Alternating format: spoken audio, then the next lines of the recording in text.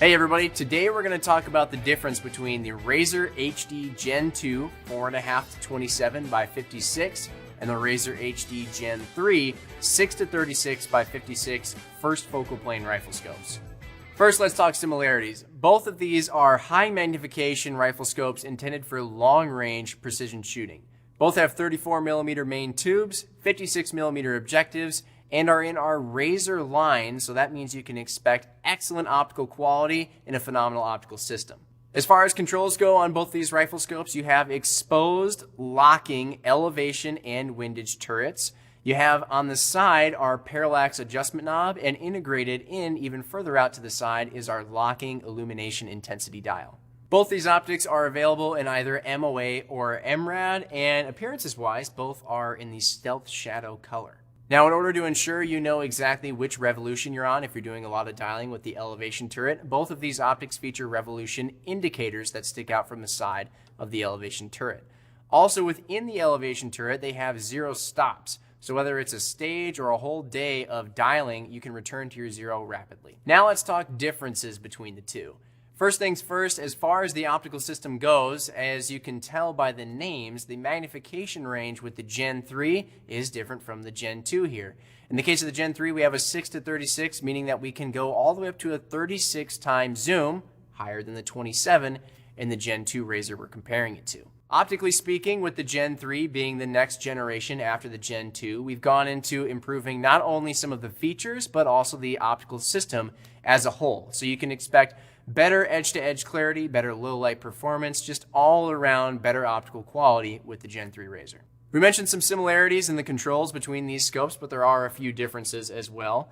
Both of them, as we said, feature a 0 stop in the elevation turret. They're both part of our L-Tec 0 system, but the Gen 3's is the next iteration of that. It's a little bit more advanced, a little bit easier and quicker to use. Whereas with the Gen 2, you have to unlock 3 set screws in order to disengage the 0 stop while you're doing the zeroing process.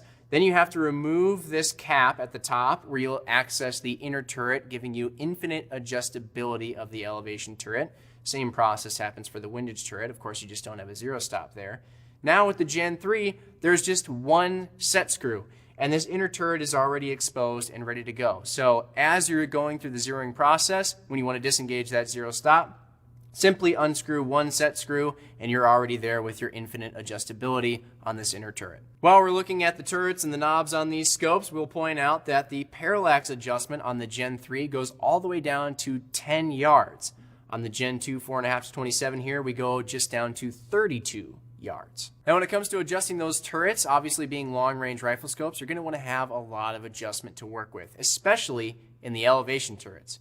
With our Gen 2 Razor here, we have a maximum total elevation range of adjustment of about 113 MOA or 33 mils, depending on which configuration you have.